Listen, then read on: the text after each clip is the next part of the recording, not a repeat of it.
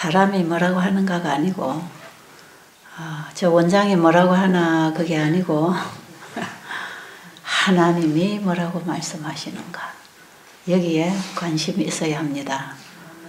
누가 고치신다고요? 네, 우리를 만드신 그분, 우리를 창조하신 그분이 우리를 고치실 것인데 우리가 그분과 어떻게 협력해야 하는가? 그분이 나를 재창조하시도록, 나를 회복하시도록 내가 어떻게 그분의 손길을 만나고 그분이 내 안에 와서 일을 하시도록 어떻게 그분과 협력해야 될 것인가? 하나님은 우리에게 그런 걸 가르쳐 주셨어요. 그래서 우리는 내가 어떤 문제를 만났을 때에 하나님이 뭐라고 말씀하셨을까? 그게 참 궁금하잖아요. 어떤 때는 하나님께서 그냥 한마디 해주시면 좋겠다 싶을 때가 참 많죠. 그런데 하나님께서는 우리 꿈에 나타나서 얘기하시는 것도 아니고 우리 귀에 음성으로 들려주시는 것도 아니고 이미 기록된 말씀, 하나님이 이미 우리에게 주신 그 말씀 속에 우리 문제의 모든 답을 미리 다 기록해 놓으셨다는 거 아십니까? 성경은 우리에게 필요한 모든 문제의 답을 미리 다 기록해 놓으셔서 내가 너에게 뭐라고 했는지 한번 상세히 성경을 한번 읽어봐라. 그럼 거기서 내가 너에게 주는 답을 네가 얻을 수 있을 것이다. 실제로 성경을 읽어보니까요. 다 그렇게 되어 있더라고. 우리의 답이 성경에 전부 다 있어. 없는 게 없어. 그리고 우리의 질병에 대한 진단도 전부 성경에 다 있어. 그리고 그에 대한 처방도 성경에 다 있어. 그래서 우리가 성경에서부터 우리의 병, 우리의 문제가 어디서부터 왔는가를 그걸 잘 진단해야 됩니다.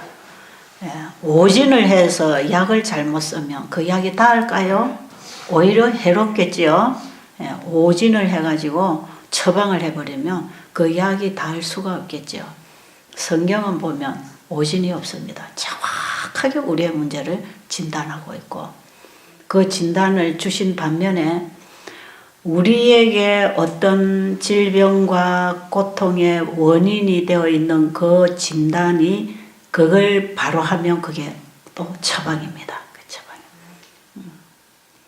그러니까 우리는 한 말씀 속에서 하나님이 주시는 진단과 처방을 같이 받는 것이에요. 그거 뭐냐? 네가 이렇게 해야 되는데 잘못해서 이렇게 해라 이거예요. 이렇게 해야 되는 것을 네가 이렇게 한 것이다. 그러니까 너가 이걸 바로 해라. 잘못된 것을 바로 잡아라. 네가 잘못 먹어서 병이 걸렸으니까 바로 먹어라 이런 거죠. 우리가 먹는 음식은 약이 되기도 하고 병이 되기도 한다 그랬죠. 사람은 먹어야 사는데 잘못 먹으면 병이 되는 걸 먹는 거예요. 바로 먹으면 치료가 되는 음식을 먹는 거예요. 그래서 우리는 여기서 치료되는 음식을 지금 먹는 겁니다. 치료되는 음식. 지금까지 우리가 먹었던 것은 병이 되는 음식을 먹어서 병이 걸렸다 이 말이죠. 인정하시겠습니까? 그거 인정하시겠어요? 그럼 여러분들이 창세기 1장 29절을 펴놓고 거기서 여러분들은 진단과 처방을 같이 받아야 되는 것이에요. 그렇죠? 창세기 1장 26절부터 30절까지를 오늘 여러분이 깊이 좀 읽으세요.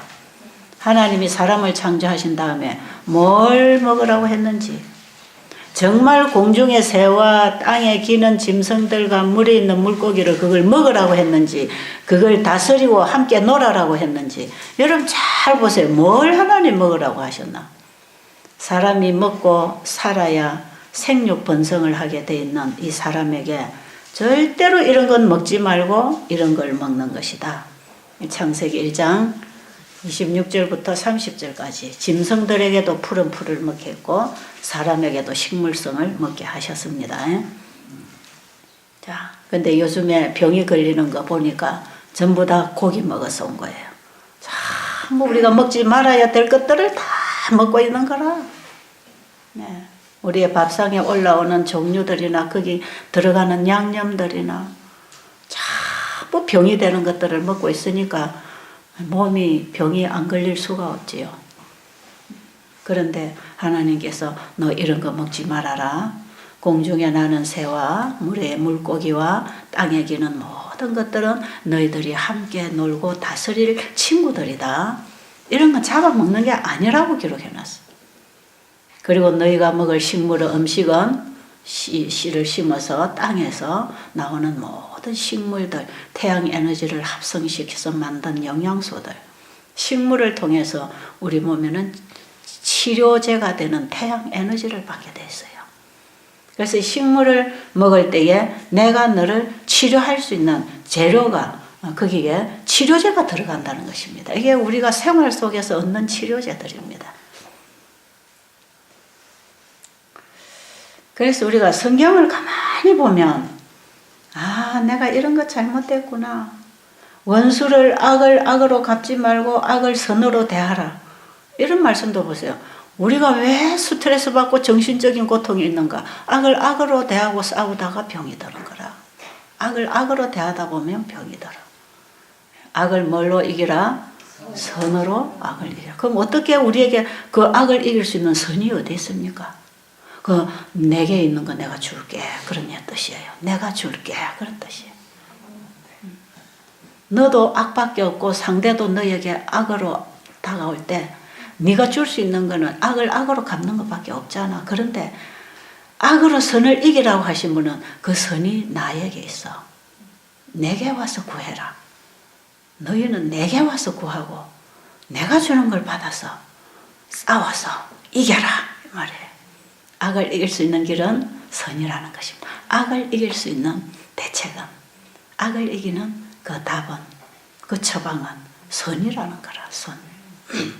그 선이 우리 안에 있다 없다? 우리 안에는 없다.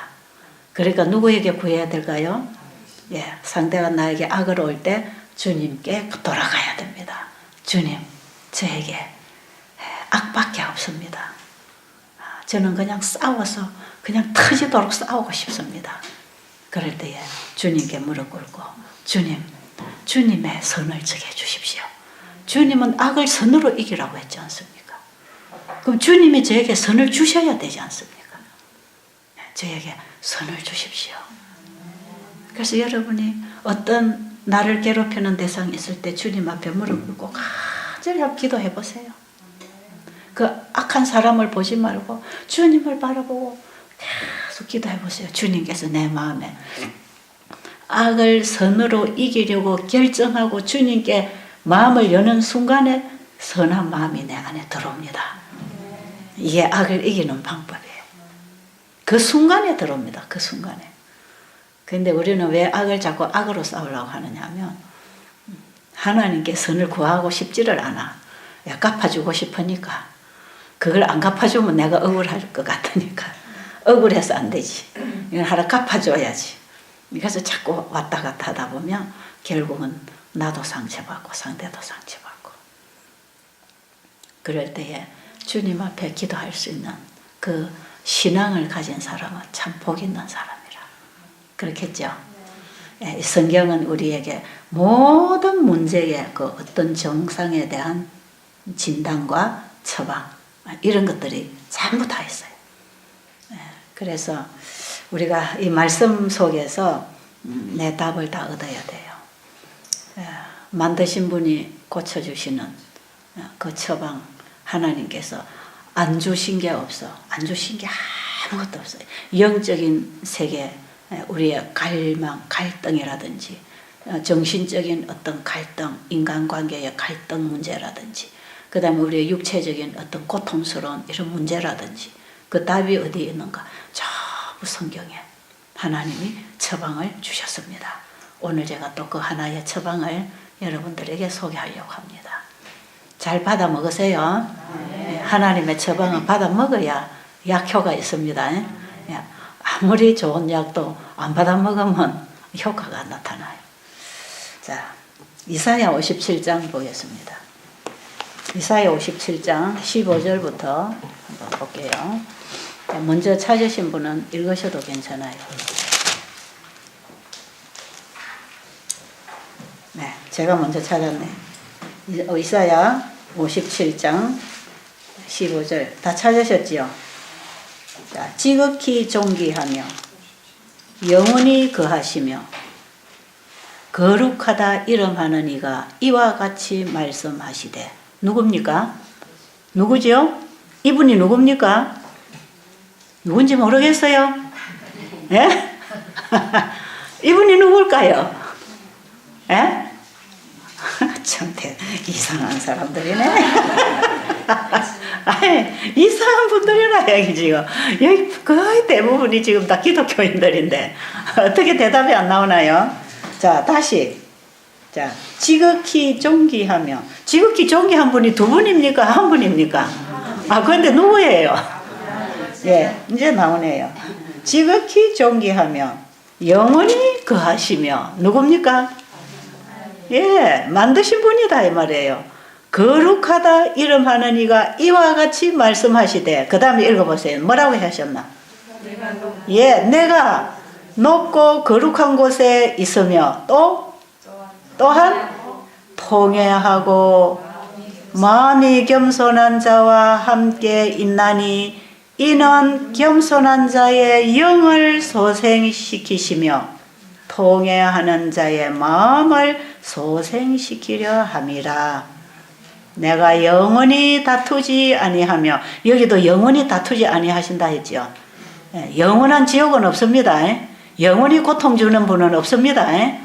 자, 우리에게 회개할 수 있는, 우리에게 오는 고통은 하나님이 주시는 복음이라 그랬어요. 왜? 더 이상 그 길을 가지 말고 지금이라도 거기서 돌아서라고 하는, 너희가 지금 그 고통 중에서 돌아서면 내가 너를 고쳐주겠다고 하는 복음입니다. 우리가 만나는 고통, 질병은 하나님이 우리에게 주시는 복음이죠. 하나님의 법대로 살지 아니할 때에, 우리 인체의 법이 망가질 때에 먹고 사는 음식을 먹지 않고 병드는 음식을 먹고 상처 주는 인생을 살고 이기적으로 갈등하는 인생을 살아가면서 정신적으로 육체적으로 고통이 올 때에 그 고통은 하나님이 주신 벌이 아니고 하나님의 뜻을 거역한 결과로서 우리에게 온 것이지만, 그걸 통해서 하나님은 내게로 지금이라도 돌아와라. 내가 너를 용서하고 내가 너를 치료해 줄 테니까 내게로 돌아오라고 하는 복음이다 이 말이에요. 아십니까? 자, 그러니까 하나님은 우리와 영원히 다투고 싸우지 않습니다. 영원히 우리에게 벌을 주시는 분이 아니십니다. 벌은 우리가 자초한 결과로 내가 심은 대로 거둔 것입니다. 그러나 그럴지라도 그 모든 죄의 그 모든 결과는 주님이 책임지시고 너는 다시 살아라고 하는 게 복음이고, 그게 우리 하나님의 품성입니다. 아시겠죠? 그래서 우리가 고통을 당하는 것은 결국 내가 잘못해서 이렇게 됐지만 주님이 주시는 그 처방을 받고 살지 아니하고 계속 우리가 하나님의 뜻을 거역하고 살아오면서 이런 일이 있었지만, 주님은 지금도 우리를 뭐 해주시겠다? 뭐 해주시겠다? 내가 너를 고쳐주겠다. 어떻게 할 때에? 그 죄를 버려라. 버려. 악인은 그 길을, 불의한 자는 그 생각을 버리고 내게로 돌아오라. 생각과 행하던 걸 다 버리는 걸 통회한다. 통회. 우리가 잘못 먹고 살아가던 우리 행동과 우리의 삶을 다 포기하고 내 안에 생각까지, 마음에 품고 있는 생각까지도 다 버리고 그 모든 죄를 예수님께 갖다 드리면 주님이 그 통째로 받아서 우리를 소성시킵니다. 회복시킵니다. 통회한다고 하는 것은 우리가 하던 모든 일과 행동과 우리의 생각까지, 우리의 마음까지 통째로 주님 앞에 다 내려놓고 회개해야 된다 이 말이에요. 자, 그리고 통회하고 난 다음에 우리는 늘 하나님께 배우는 마음으로 겸손한 자세로, 주님이 뭐라고 말씀하시든지 이제는 제가 그대로 하겠습니다. 그게 겸손한 거예요. 통회하고 겸손한 자의 마음에 누가 오신다? 하나님이 오셔서 뭐 해주신다고 했죠? 여기 18절부터 한번 읽어보세요. 18절부터. 내가 그의 길을 보았은즉 그를 고쳐줄 것이다. 예, 내가 그의 길을 보았은즉 내가 그를 고쳐줄 것이다. 또 그를 인도하며 그와 그를 슬퍼하는 자들에게 위로를 다시 예, 내가 그들을 다시 인도해서 슬퍼하는 자들에게, 고통당하는 자들에게 내가 힘을 주고 위로를 줄 것이다. 회복시켜 줄 것이다. 그 다음에 입술의 열매를 창조하는 자 여호와가 말하노라. 먼데 있는 자에게든지 가까운 데 있는 자에게든지 평강이 있을지어다. 평강이 있을지어다. 내가 그를 고치리라 예. 하느니라. 먼데 있는 자에게든지 가까이 있는 자에게든지 그에게 뭐가 있겠다? 평강이 있겠다. 어떻게 할 때 우리에게 평안이 있을까요? 그분으로부터 치료를 받았을 때. 어떻게 할 때 치료가 있지요? 어떻게 할 때? 통회하고 겸손한 자에게 그분이 오셔서 고쳐주신다 이 말이죠. 우리가 하나님과 협력하는 길입니다. 입술의 열매를 창조하는 나 여호와가 말하노라. 그건 무슨 뜻입니까? 한번 말씀하시면 반드시 그 일을 이루시는 그분이 말씀하시기를, 이런 뜻이에요.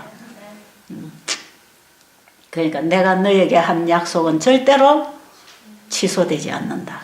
내가 너에게 준 이 약속, 내가 너를 고쳐주겠다고 하는 이 약속은 절대로 취소되지 않는다. 내가 반드시 이룰 것이다. 그게 입술의 열매를 창조하는 여호와가 하시는 말씀입니다. 창세기 1장에 보니까 하나님이 천지 만물을 뭘로 만드셨죠? 말씀으로 천지 만물을 창조하셨지 않습니까? 그 말씀으로 우리를 고쳐주시는데 그분의 말씀이, 그분의 약속이 곧 허락입니다. 믿는 자에게 그것이 현실로 이루어지는 것입니다. 자, 제가 진짜 통해하는 사람 제가 한번 얘기를 좀 해드릴게요. 오늘 여기 오신 분들이 이분의 얘기 속에서 여러분들의 얘기를 함께 나누게 되기를 바랍니다. 몇 년 전에 오셨던 분이에요. 아마 여러분이 성서의학 책을 읽으면 제가 그 성서의학 책을 쓸 때에 이분 얘기를 거기 제가 써놓은 게 어디 한 대목 나올 것이에요. 이분은 모태로부터 천주교인이고 나이가 아마 50이 됐나 40 넘고 50 중반인가 뭐 하여튼 그 정도 된 남자예요. 이분이 여기 올 때에 간암 말기에서 한 달밖에 못 산다는 선고를 받았어요. 그런데 이제 이분의 얘기가 어떻게 되냐 하면 이분이 한 30대에 사업을 해서 성공을 해서 수십억 대를 가지고 운영을 할 수 있는 큰 어떤 회사를 하나 운영을 하고 있는 아주 능력 있는 젊은이였는 것 같아요. 여기 올 때는 정말 힘이 하나도 없이 왔지만 그분이 상당히 잘 나가던 사람의 얘기를 가만 들어보면 30대 후반이 되면서 많은 재산을 가지게 되고 그리고 자기 밑에 전부 일하는 사람들 놓고 뭐 이렇게 뭐 결제나 해주고 뭐 조금 이렇게 위에서 지도만 해주면 공장이 잘 돌아가고 돈은 쑥쑥 들어오고 참 재미있게 사업이 됐던 사람이에요.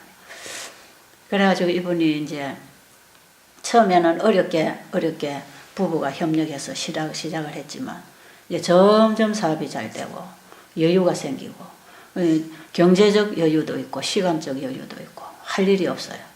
그러니까 뭐 하는지 아세요? 여자건 남자건 돈 많고 시간 많으면 엉뚱한 짓 잘하거든. 바쁘게 사는 것도 참 복입니다. 열심히 부지런히 일하라는 것도 참 복이에요. 그래가지고 이분은 시간 많고 돈 많으니까 외도하기 시작했죠.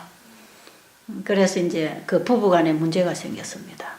그걸 오랜 시간을 두고 부인이 계속 남편을 붙잡으려고 했고 남편은 아내가 하는 이 얘기를 다 바가지 긁는다고 생각하고 남자가 좀 바람 필 수도 있지 외박할 수도 있지 이런 겁니다. 남자가 그럴 수 있지 이런 거예요. 근데 여자들은 그걸 인정합니까 안 합니까? 여자들은 그거 절대로 인정 안 합니다. 안 해요. 그런데 이 남자는 당연하다고 생각하네요. 세상 남자들이 바람 안 피는 남자가 어디 있냐 이거예요. 그런데 내가 너한테 못 해준 게 뭐가 있냐 이거예요. 필요하면 좋은 집 지주지, 필요하면 돈덩어리 갖다 주지, 필요하면 맛있는 거 사서 외식시켜주지, 여행시켜주지, 좋은 옷 사주지. 내가 너한테 못 해준 게 뭐가 있느냐. 근데 남자들이 한 번씩 바람피는 그걸 가지고 바가지 꺾냐. 말 돼요 안 돼요? 말 되는 것 같아요 안 되는 것 같아요? 여기 우리 남자분들은 말 되는 것 같을지 모르지만 여자분들은 하나도 말 안 되는 겁니다 그게. 예. 그래가지고 그걸 두고 수많은 세월을 싸우면서 살았어요, 부부가. 이 부인은 날마다 이제 무슨 생각할까요? 살기 싫다, 이제 이거죠. 그러니까 뭐 하자 그럴까요? 이혼하자는 것입니다, 이혼. 그러니까 돈덩어리 갖다 주면, 여보, 나는 당신 돈하고 결혼한 게 아니고, 당신하고 결혼했어. 나는 당신이 가져다 주는 돈이 필요한 사람이 아니고, 당신이 필요해, 당신이. 나는 당신에게, 당신이란 남자한테 나 시집 온 사람이지. 이 돈하고 나 결혼한 사람 아니라고. 나에게 돈을 갖다 줘서 나를 이렇게 무시하지 말라고. 난 돈 먹고 사는 여자가 아니라고. 난 당신 사랑을 먹고 싶어. 난 당신의 애정, 당신의 관심, 정말 나는 당신이 필요한 사람이야. 당신, 내 남편이 나는 필요한 여자라고. 아무리 설득을 해도 이 남자는 그게 귓전에 들어오질 않아요. 너무 자기가 잘나버려가지고 자기가 그냥 잘 나가고 있는 사람이에요. 그렇게 하다가 여자들 끼고 외국도 가고 또 어디로 돌아다니고 이렇게 흥청망청 하다가 보니까 자기 회사 일을 등한히 하게 됐어요. 그 사이에 어떤 일이 벌어졌냐면 자기 그 밑에 일하는 믿을 만한 친구를 하나 앉혀놓고 그 친구를 통해서 보고받고 결제하고 다 해줬는데 이 친구가 전부 다 빼돌렸어. 전부 다. 이 정신 빠진 이 친구는 내가 빼먹어도 괜찮겠다고 생각했는 모양이에요. 그래가지고 그걸 전부 다 빼가지고 그냥 빼가지고만 갔으면 되는데 들어오는 물건들을 전부 외상으로 다 받았었어요. 그러니까 이 회사가 넘어지니까 빚덩어리가 그냥 막 산더미처럼 그냥 짓누르는 거죠. 그래서 이 친구는 어디로 가버렸고 빚쟁이들은 돈 안 준다고 이제 전부 빚 받으러 오는데 거래처가 전부 다 빚으로 다 만들어 놓고는 이 친구는 사라져 버렸어요. 아주 그냥 야무지게 해먹은 친구라. 그래가지고 뭐 갑자기 자기 집에도 뭐 전부 차비 다 들어오고 뭐 전부 이제 다 그냥 차비 들어와서 갑자기 이제 다 망가진 거예요.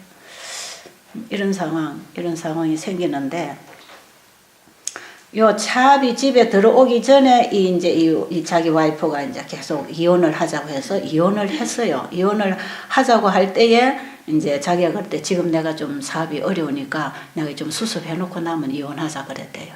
근데 여자가 이렇게 되는 줄도 몰랐어요. 모르고 뭐 이 남자는 능력이 있으니까 뭐 사업이 좀 어려워도 금방 회복하겠다는 생각을 했고 그래서 여자는 당신은 내가 없어도 사업 잘하는 사람이니까 나하고 무슨 상관이 있냐고. 그러니까 이혼하고 당신 알아서 해결하라고. 그래가지고 이혼 도장을 다 찍고 이제 이혼을 했고 딸이 2명이 있었는데 그 당시 그 딸이 아마 중학교, 고등학교 이런 것 같아요. 딸 2명하고 그러니까 이제 딸 2명 보고 너 어디로 갈래? 엄마 따라갈래? 아빠 따라갈래? 애들이 다 엄마 따라갔어요. 그리고 딸 2하고 마누라 부인하고 이제 나갔어요. 그 집에 자기 어머니하고 아버님이 이제 같이 계셔요.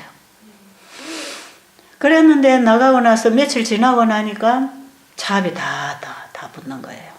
그러니까 아버지가 고혈압 환자였는데 갑자기 집안이 몰락하고 빚쟁이들이 막 들어닥치고 아들이 이제 잡혀가야 되고 이런 문제가 이제 생겨가지고 그 아버지가 충격을 받아가지고 쓰러져 버렸어요.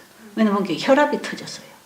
그래서 병원에 입원을 하고 있는데 그 어머니는 병원에 가서 간호를 해야 되고 아버지는 중풍이 와가지고 이제 병원에 누워 있어야 되고 이제 이런 상황이 한꺼번에 다 벌어졌어요. 이런 일이 있을 수 있을까요? 이런 환란이 옵니다. 얼마든지 있을 수 있는 일이죠. 그래가지고 이제 어느 정도 하고 그 자기 아버님은 동생 집으로 이제 퇴원을 하고 이 집은 빚에 다 은행으로 넘어가 버렸고 자기도 갈 곳이 없는 거예요. 돈도 없고 갈 곳도 없고 전부 빚쟁이들만 이제 잡으러 오는 거죠. 그래가지고 어떻게 이제 자기가 수습을 해보려고 서울 어느 한쪽에 반지하실 방 한 칸을 월세방으로 이제 빌려가지고 자기 간단한 소지품 가지고 거기 이제 이사를 해놓고 이제 사업을 이렇게 보려고 이 도망간 친구를 이제 잡아야 해결이 되겠으니까 이제 이 친구를 일단 잡아야 되고 사업을 수습을 하려니까 이게 안 되는 거예요. 4년이 되도록 그 친구는 찾을 수도 없고 사업은 이제 해결도 안 되고. 그러니까 저녁에 들어올 때는 소주를 몇 병씩 받아다가 그걸 먹고 취해서 이제 잠을 자고, 또 그 다음날 나갔다가 하다가 안 되면 소주 사와서 먹고 취하다 잠을 자고. 그러면서 고래고래 괘씸한 두 사람이 자기 마누라하고 친구하고 요 두 사람 내가 잡아 죽여야 된다. 고래고래 욕을 하고 악을 품고 고함을 지르고 땅을 치고 하다가 잠이 들고, 그게 4년이 지났대요. 병이 올까요 안 올까요? 병이 왔어요. 4년이 지났는데 배가 자꾸 불러오더랍니다. 배가 자꾸 불럭불럭. 그래가지고 이제 병원에 가서 검사를 해보니까 간암 말기 한 달밖에 못 산다더래요. 너무 손석이도 이미 늦었어. 너무 급속도로 암이 악화가 돼버렸어요. 그래가지고는 이제 병원에 올 보호자가 없으니까 자기 시집간 여동생이 이제 병원에 와서 왔다 갔다 간호를 하고 있는데 집에 데려가라 하는 거예요. 뭐 도무지 손 쓸 수도 없고 이제 더 이상 해줄 거 없으니까 그러면 집에 가서 뭐 한 달 정도 살 거라고 그냥 보내는 거예요.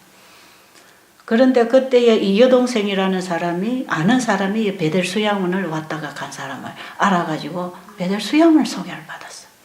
그래가지고 이제 병원에서 데리고 갈 데가 없어. 이 환자가 지금 갈 데가 없어요. 그 지하실 방에다 혼자 데려다 놓을 수도 없고, 그리고 그 어머니 아버지 모시고 있는 동생 집에 갈 수도 없고, 그 다음에 자기는 시집살이 지금 애기 쪼매난 애기 둘 키우고 지금 시집살이 시부모 밑에 살고 있는데 거기다 자기 오빠를 데리고 갈 수도 없고. 그러니까 이제 베델 수양원밖에 데리고 올 데가 없는 거예요. 그러니까 동생은 오빠를 여기다 그냥 데려다 놓고 가려고 생각했지요. 근데 왔는데 딱 보니까 배는 불러가 있죠. 얼굴은 시커멓지요. 병원에서 한 달 산다 그러죠. 저 복수가 빠지지 않으면 언제 갈지 모르는 이런 사람인데, 제가 이런 사람은 보호자 없이 받을 수가 없어요.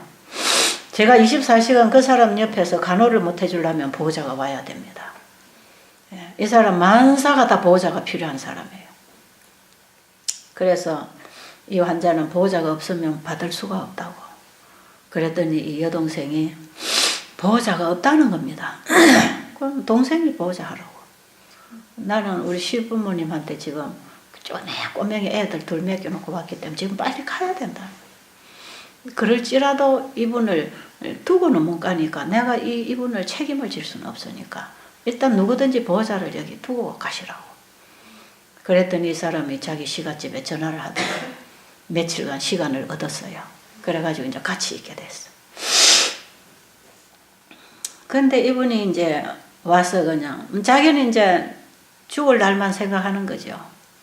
근데 그날 저녁에 예배를 드리는데 이 예배 시간에 이제 제일 앞에 와서 앉아서 그러니까 자기 여동생하고 환자가 맨 앞자리에 와서 앉아. 그때는 이 교회를 지었을 때가 아니고 이제 교회 저 천막 교회를 짓고 예배를 드릴 때인데 그때 여름이고 해가지고 제가 마당가에서 나무 밑에서 예배를 드리고 있는 그런 때였어요. 사람들이 참 많았어요. 시설은 이렇게 좋지도 않고 사람들은 많아가지고 막 한 방에 10명씩 막 10대명씩 이렇게 잘 뗍니다 그때가. 그랬는데 저녁에 그날 저녁에 예배를 드리는데 예배 시간에 자꾸 울더라고 이 남자가. 그때 처음에 그 불렀던 노래가 뭐냐면 세상에서 방황할 때 나 주님을 몰랐네 그 노래 있잖아요. 이 노래를 다 환자들이 불러요. 그런데 이 남자가 앞자리에 앉아서 자꾸 울어요. 자꾸 울고 있어. 노래 가사에 은혜를 받아서 회개를 하는가 보다 생각하고 몇 개의 찬미를 부르는데 계속 울더니 그 다음 시간에도 강의를 들으면서 울고 또 노래 부르면서 울고 자꾸 울어요. 그래서 환자들이 마음이 약하니까 또 뭔가 약해져서 또 울겠지. 그 울으면은 여러 가지 눈물이 있습니다. 진정으로 통회하고 겸손한 눈물이 있는가 하면 너무 억울해서도 울고 너무 절망적이어서도 울고 뭐 기뻐서도 울고 뭐 눈물도 여러 질이에요. 어떤 감정으로 어떤 의미의 눈물이냐에 따라서 눈물의 질도 다릅니다. 그래서 절망의 눈물은 절대로 도움이 안 돼요. 근데 회개의 눈물은 치료가 됩니다. 여러분 침도 다 똑같은 침이 아니에요. 맛있는 음식을 쳐다보고 나오는 침은 무슨 침이지요? 군침이 나옵니다. 그 음식 소화시키려고 침이 미리 나와요. 받아들이려고지요. 군침이 흐르죠. 여러분 살구 얘기하면 무슨 침이 나오지요? 살구 하나 깨가지고 입에 콱 깨물으면 무슨 맛이 나지요? 신맛이 나지요. 지금 여러분 입에 침 나왔어요. 신침이 나왔다. 살구 침이 나왔어. 이 침이 다 달라요. 화가 나가지고 와락와락 싸울 때에 거품을 문다 그러죠. 그 침은 무슨 침인지 아세요? 그건 독침입니다. 독침. 침도 종류가 다 달라요. 이 독침을 자꾸 끄집어내면요 빨리 죽습니다. 몸에 독소가 확 일어나요. 그래서 이 간이 나쁜 이런 사람들 스트레스 받으면 급속도로 나빠집니다. 특히 가난 자들은 자기 마음을 잘 다스려야 돼. 짜증내고 불평하고 막 이래 신경질 내고 이러면 빨리빨리 병이 악화됩니다. 이해하고 배려하고 고맙다 그러고 정말 상대를 배려하는 마음으로 아름다운 마음을 가질 때에 몸에서 아주 치료되는 호르몬들이 나오지만 화가 나고 못마땅하고 소외감을 느끼고 억울하고 괘씸하고 밉고 이러면요 독소가 계속 나옵니다. 몸에서. 그럼 이제 간이 나쁜 사람들은 이걸 해독을 못하기 때문에 그 독소 때문에 죽는 게 가난 자들이 스트레스 받으면 죽는다는 얘기입니다. 그게. 우리는 약간 스트레스 받아도 간이 건강하니까 또 해독을 시키고 또 풀어나가고 그러지요. 근데 간이 나쁜 사람들은 해독을 못 시키거든요. 그래서 가난자 스트레스는 다른 환자보다 훨씬 더 독입니다. 독. 근데 이분의 눈물은 무슨 눈물일까요? 자기 아내하고 그 친구하고 잡아 죽이고 싶어서 억울해서 우는 눈물일까요? 어떤 눈물일까요? 저도 잘 모르겠어. 근데 어쨌든 이분이 자꾸 울어. 그런데 한 일주일쯤 됐을까 말까. 그때 요 위에 집 하나 있잖아요. 여기가 상추밭이었어요. 상추 심는 밭인데 제가 이제 점심시간에 큰 바구리를 하나 들고 상추 뜯으러 갔어요. 가다가 밭에 가다 보니까 그 밭 입구에 약간 잔디밭이 있었는데 그 의자가 몇 개 놓여 있었는데 의자에 다 앉아서 햇빛 쬐고 앉아 있는 거예요. 그때가 봄이니까 말이에요. 봄, 여름 그 사이에 아주 따뜻한 그런 날이었어요. 그래서 햇빛을 쬐고 가만 앉아 있는데 제가 그 앞을 이제 지나가야 되니까 인사는 해야 될 거 아닙니까? 그래서 요즘 좀 어떠세요? 그러니까 좋습니다. 그래요. 그럼 그러고 지나가는데 하도 이 사람이 울보라 좀 물어보고 싶은 거예요. 선생님은 매 예배 시간마다 그래 자꾸 우시던데 왜 그렇게 우십니까? 그랬더니 물어주기를 기다렸다는 듯이 막 그냥 졸졸 얘기를 하는데 한 시간도 넘게 얘기를 해요. 그러니까 제가 상추 뜯으러 갈 시간이 있어요, 없어요? 상추 뜯으러 못 가는 거예요. 그러니까 우리 딸이 보기에서 밥을 하다가 엄마 상추 안 가져오냐고 막 불러요. 야, 오늘은 상추 못 뜯었으니까 다른 반찬 한 끼 먹고 넘어가자. 내가 지금 상추 뜯을 수가 없다 지금. 이 상추가 문제가 아니다 지금. 이 한 영혼이 지금 살아나는 얘기를 하고 있는데 내가 어떻게 상추 뜯으러 가냐 이 말. 이 영혼이 지금 깨어나는 게 얼마나 중요한 건데. 그 얘기에 제가 함께 들으면서 제가 함께 눈물 흘리면서 그 얘기를 다 들어줬어요. 밥 먹을 때까지 얘기 들어줬어요. 상추 뜯으러 왔다가. 이제 나중에 밥종이 땡땡 칠 때 이제 그때 제가 내려갔어요. 그래가지고 이분이 얘기가 바로 지금 제가 하는 그 얘기입니다. 그 얘기를 쭉 하는 거예요. 근데 자기가 병원에 이렇게 누워있을 때 자기 부인한테서 전화가 한번 왔더래요. 여보, 나는 당신이 이렇게 무기력하게 쓰러질 줄은 몰랐다. 내가 없어도 얼마든지 당신은 다른 여자가 있고 내가 없어도 사업은 잘하고 나하고 상관없이 당신이 살았기 때문에 내가 없어도 당신이 얼마든지 복구하고 살 거라고 생각했는데 당신 이렇게 무너질 줄 내가 몰랐다고. 미안하다고. 내가 지금 당신 병원에 가서 내가 좀 옆에 간호해주고 싶은데 가도 되겠냐고 전화가 왔더래요. 그럼 이 남자가 뭐라 해야 될까요? 내가 미안하다 이래야 될 거 아닙니까? 그죠? 뭐라고 했냐면, 그건 제가 표현 못해. 너무너무 나쁜 욕을 했어.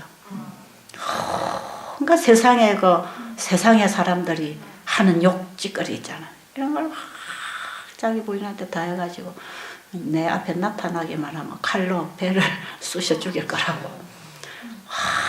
못쏠 욕을 다 하고 막 독이 있는 대로 막 다. 왜냐하면 자기 병이 이 두 사람 때문에 생겼다고 생각하는 거야. 자기 잘못한 건 하나도 생각 안 하고. 너희 둘이 나를 이렇게 병들게 했어. 나를 배신했어. 내가 너희들한테 잘해줬는데 너가 나한테 배신했어. 너희들이 원인이야. 그걸 독을 품고 있으니까 병이 나을 수가 있어요. 부인이 전화 왔는데 그 독을 거의 다 푸는 거예요. 그냥. 내 손이야. 내 앞에 나타나기만 하면 너는 그 길로 죽는 날이라고. 그 부인이 얼마나 겁이 나겠어요.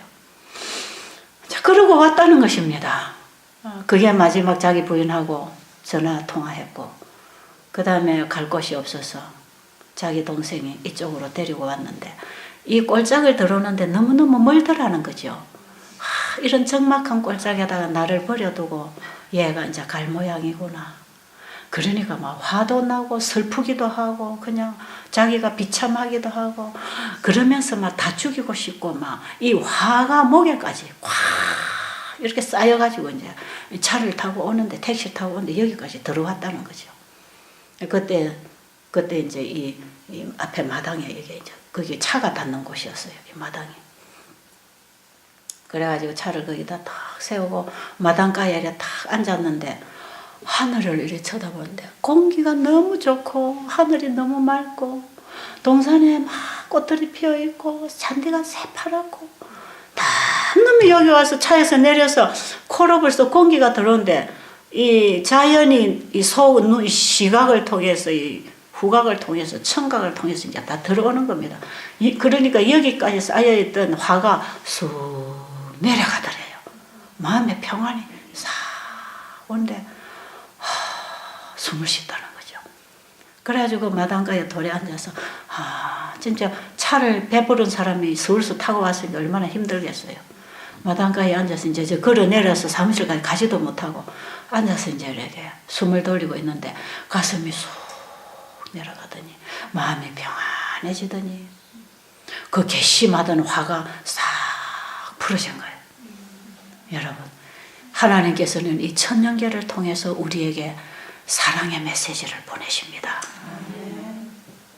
그 사랑의 메시지가 이 시청각을 통해서 들어오기 시작했어요. 여러분, 하나님께서는 이 대자연을 파란 색깔로 입혀놓으셨어요. 만약에 이걸 다 빨간 색깔로 입혀놨으면 어떻게 될까요? 하늘도 빨갛고 물도 빨갛고 땅도 빨갛고 나무도 빨갛고 아니면 노랗게 해놨으면 어떻게 될까요? 이것이 우리의 시각을 통해 들어올 때 어떻게 될까요? 미쳐버립니다. 이거 아주 스트레스 주는 색깔이고 파란 속에 빨간 꽃 한 송이는 이쁘지만 말이에요. 이게 전체가 빨갛다 까맣다 노랗다 어떤 색깔도 사람을 불안하게 만들죠. 근데 파란 색깔은요 사람을 안정시켜줍니다. 평안하게 해줍니다. 이것은 사랑의 메시지를 보내는 색깔입니다. 요한계시록에 보면 하나님이 계시는 보좌는 녹보석으로 되어 있다 그래서 녹색 녹보석으로. 보석은 보석인데 무슨 색깔? 푸른 색깔. 하나님의 품성의 색깔. 이 모든 하늘과 땅과 바다의 그 색깔은 하나님의 사랑을 전달하는 색깔입니다. 이거는 확실히 제가 지어낸 얘기가 아니에요.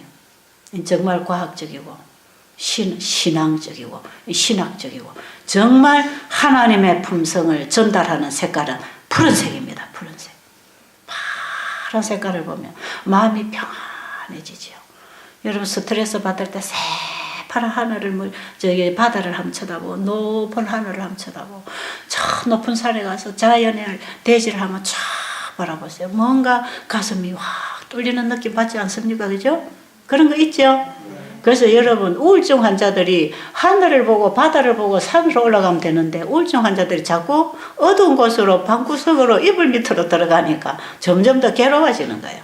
이런 사람 빨리 방문을 박차고 나와서 바깥을 나가서 자연 속으로 나가면 빨리 기분 전환이 됩니다.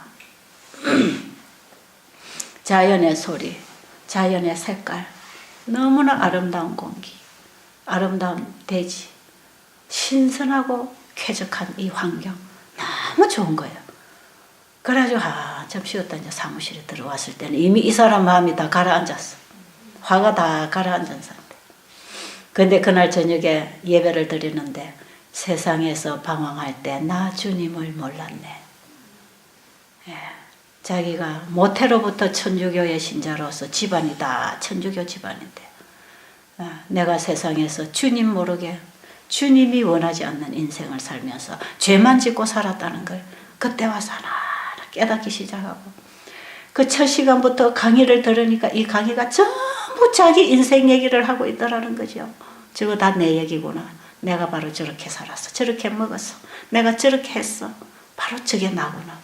거기서부터 이 사람 참 토해냈어요. 해결을 낸 거예요.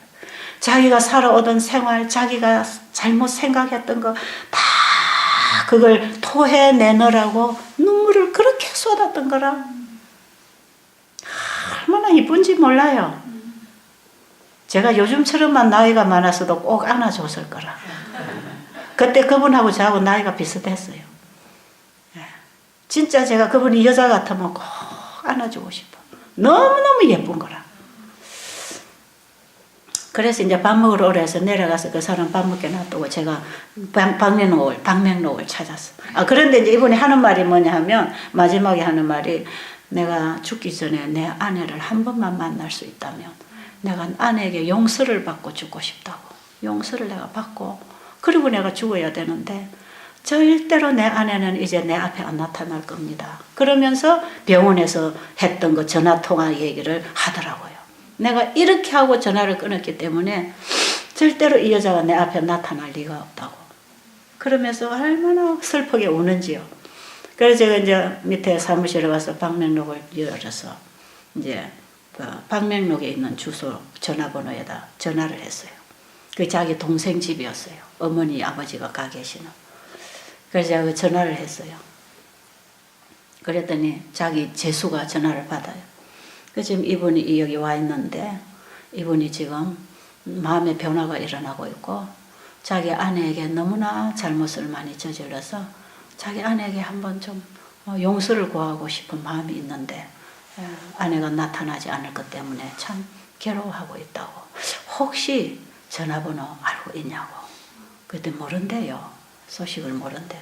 그럼 그쪽 친정집 누구든지 친척 되는 사람 누구든지 전화번호 하나 있으면 나한테 하나 알려주라고 했더니 한참 찾더니 그 친정 쪽 전화번호를 하나 줘요. 딱 전화를 했더니 그 친정 엄마가 전화를 받는 거라. 그래서 지금 여기 이런 분이 와 있는데 지금 이렇게 마음의 변화가 일어나고 있으니까 따님한테 연락이 되겠습니까 했더니 그러냐고 얼마나 반갑게 전화를 받더니 알았다고. 네, 알았습니다. 그러더니 전화 끊었어요. 그런데 그날 저녁 식사할 때쯤 되니까 이 부인이 여기 왔어요. 찾아왔는데 딸 둘을 데리고 여기 왔는데 부인은 키가 조그만하고 딸 둘이 키가 더 커요. 딸하고 왔는데 저기 있으니까 가보라고. 그래가지고 이제 얘기를 자기는 이제 그래요. 자기 아내가 만약에 자기 아내를 만나면 자기는 자기 아내 앞에 무릎을 꿇고 정말 용서를 빌겠다고 이제 그런 얘기를 했거든요. 그런데 이제 저녁 먹을 시간이 거의 다 돼가고 부부가 대충 만나고 저녁을 먹고 또 저녁 예배 드리잖아, 그죠? 저녁 강의 시간에 또 제가 나와서 노래 지도를 하고 예배 인도를 하고 있는데 이 사람도 맨 앞자리에 앉아 있더니 제가 강의를 딱 시작하려니까 이분이 그래 손을 들고 원장님 강의하시기 전에 제가 한마디 좀 하고 싶은 말이 있는데 시간 좀 주시겠냐 그래. 그래서 하시라고. 그때 이분이 나와가지고 자기가 살아온 인생 얘기를 한 30분가량을 쫙 하고 그다음 자기 아내, 자기 딸들 너무너무 잘못했다. 내가 너무너무 너희들에게 잘못했고 내가 당신에게 내가 너무너무 내가 그렇게 당신에게 내가 잘못을 저지르고 살은 줄 내가 여기 와서 알았다고. 미안하다고. 그래가지고는 그 자리에서 무릎을 딱 꿇더라고요. 막 엎드려가지고 용서해달라고. 그러니까 뭐 거기 앉아있는 환자들이 전부 다 울어요. 그래서 내가 이제 그분 들어가고 나서 그 부인에게 좀 나와서 한마디 하시겠어요 하니까 안 한대요. 이제 그러고 들어갔는데 저 뒤에 이제 누워서 이제 누워가지고 이불에 들어가지고 이렇게 나와서 업어다 앉혀야 되는 환자가 있었어요. 근데 그때는 환자가 한 방에 10명, 10대명씩 큰 방은 20명도 있고 이제 이렇게 있는데 제일 이제 못 움직이는 사람은 독실을 주는 방이 몇 칸 있었어요. 그 독실에 누워있던 할아버지, 할머니가 이제 간호라고 할아버지가 와 계셨는데 자 뒷자리에 누워있던 그 할아버지가 더 일어나 앉으시더니 오늘 저녁에 나를 저분이 있던 방으로 보내고 저 부부를 여기다 신방을 좀 차려주세요. 이제 이래 된 거예요. 그 온 사람들이 얼마나 감동을 받았는지 말이에요. 두 분을 다시 붙여주고 싶은 거라. 그래가지고 그분들이 그리 옮기고 진짜 이분들이 그 방으로 옮겨가지고 뒷날에 애들하고 여동생 이제 집으로 가고 두 사람만 그 방에 딱 남았어요. 참 좋은 시간을 가졌어요. 그 길로 한 2달인가 여기 있었는데 그러면서 이 남자가 아파서 걸음도 제대로 못 걷고 배는 불룩하고 옆구리는 아프고 통증이 오니까 제대로 걸음 못 걸으니까 여동생이 늘 끼어잡고 이렇게 다녔는데 자기 부인이 딱 잡아주니까 얼마나 보기가 좋아요.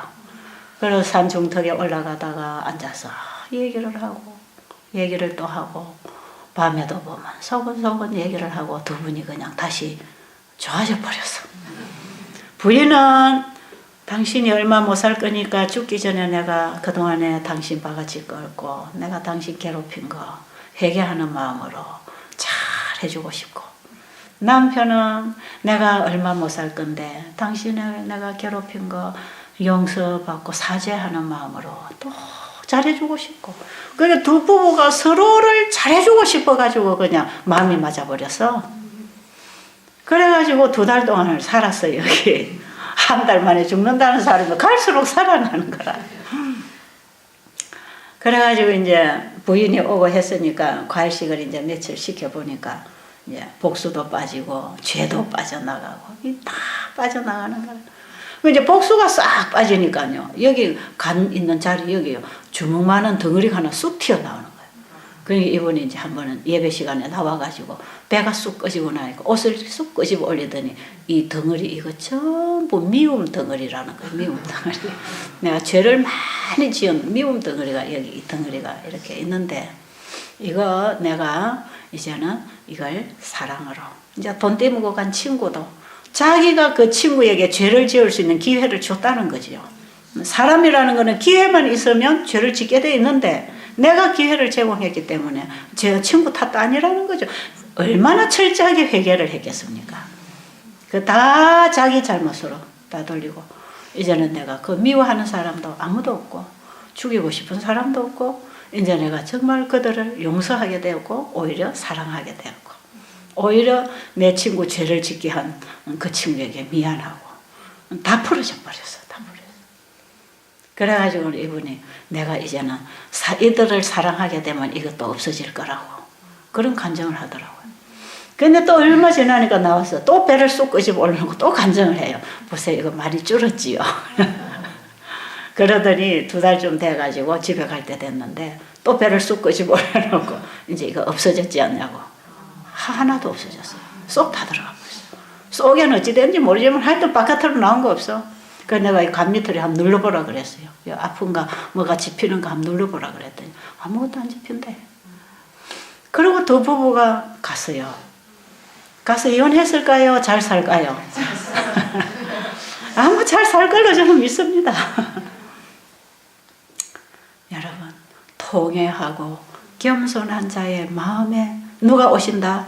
지극히 거룩하며 존귀하며 거룩하신 그분이 우리 안에 오셔서 우리의 마음을 소성시키시며 우리를 고쳐주실 것입니다. 성경은 이론이 아니라는 거예요. 성경은 그대로 되는 게 성경입니다. 하나님의 말씀은 그대로 되는 게 하나님 말씀이에요. 사람은 말한 대로 되는 법이 없어요. 말을 해놓고도 자기가 행동을 할 때 이루어지는 것입니다.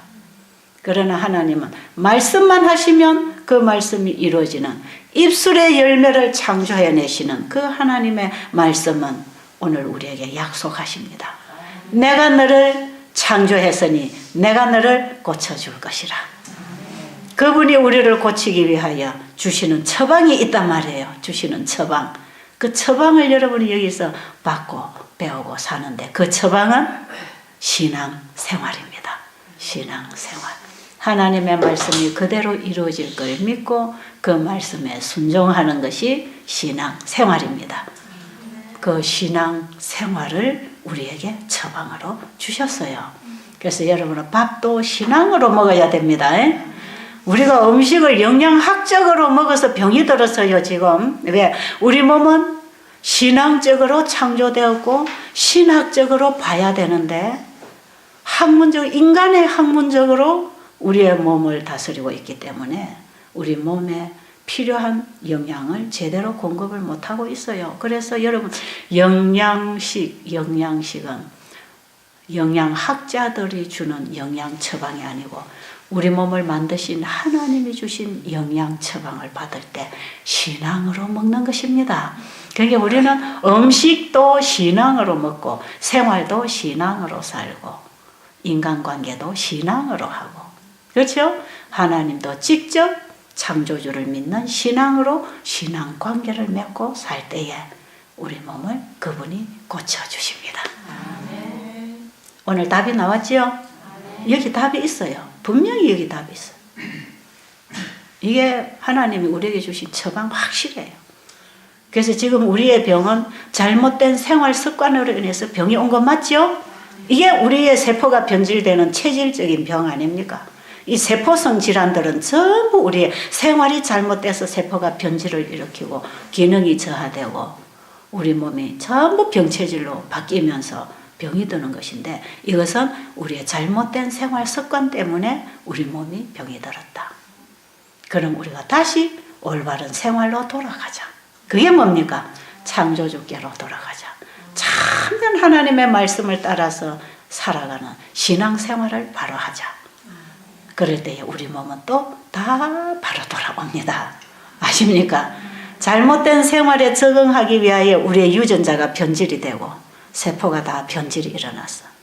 우리의 T임파구가 변질이 돼서 자가 면역증이 걸리고 유전자 변질돼서 다 암이 걸리고 온갖 병들이 걸리는데 우리의 생각을 바꾸고 생활을 바꾸고 바로 살아가면 유전자도 바로 돌아오고 변질된 T임파구도 바로 활동을 하니까 여기 와서 제일 잘 낫는 병이 자가 면역증 병입니다. 자가 면역증. 병원에서는 절대로 안 낫는다고 하는 병이 자가 면역증이에요.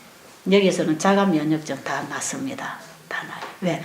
생각이 바뀌고 행동이 바뀌고 생활이 바뀌면 우리의 유전자는 전부 정상으로 돌아옵니다. 아시겠죠? 참 우리 세포가 정상으로 재생된단 말이죠. 우리 세포는 한번 태어날 때 가지고 온 세포를 가지고 평생 사는 게 아니고 끊임없이 죽고 다시 만들어지고 죽고 다시 만들어지고 참 바뀌고 있단 말이에요. 그래서 건강한 체질도 잘못 생활을 하면 병체질로 바뀌는 것이고 병이 들어있는 체질도 정상적인 생활로 돌아가면 정상 체질로 바뀝니다.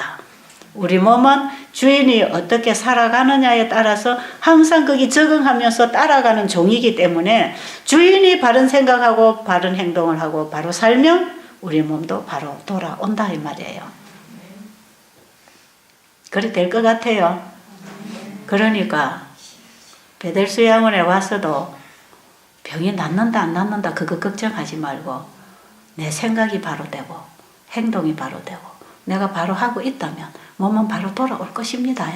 아십니까? 기다리라 이 말이에요. 기다려.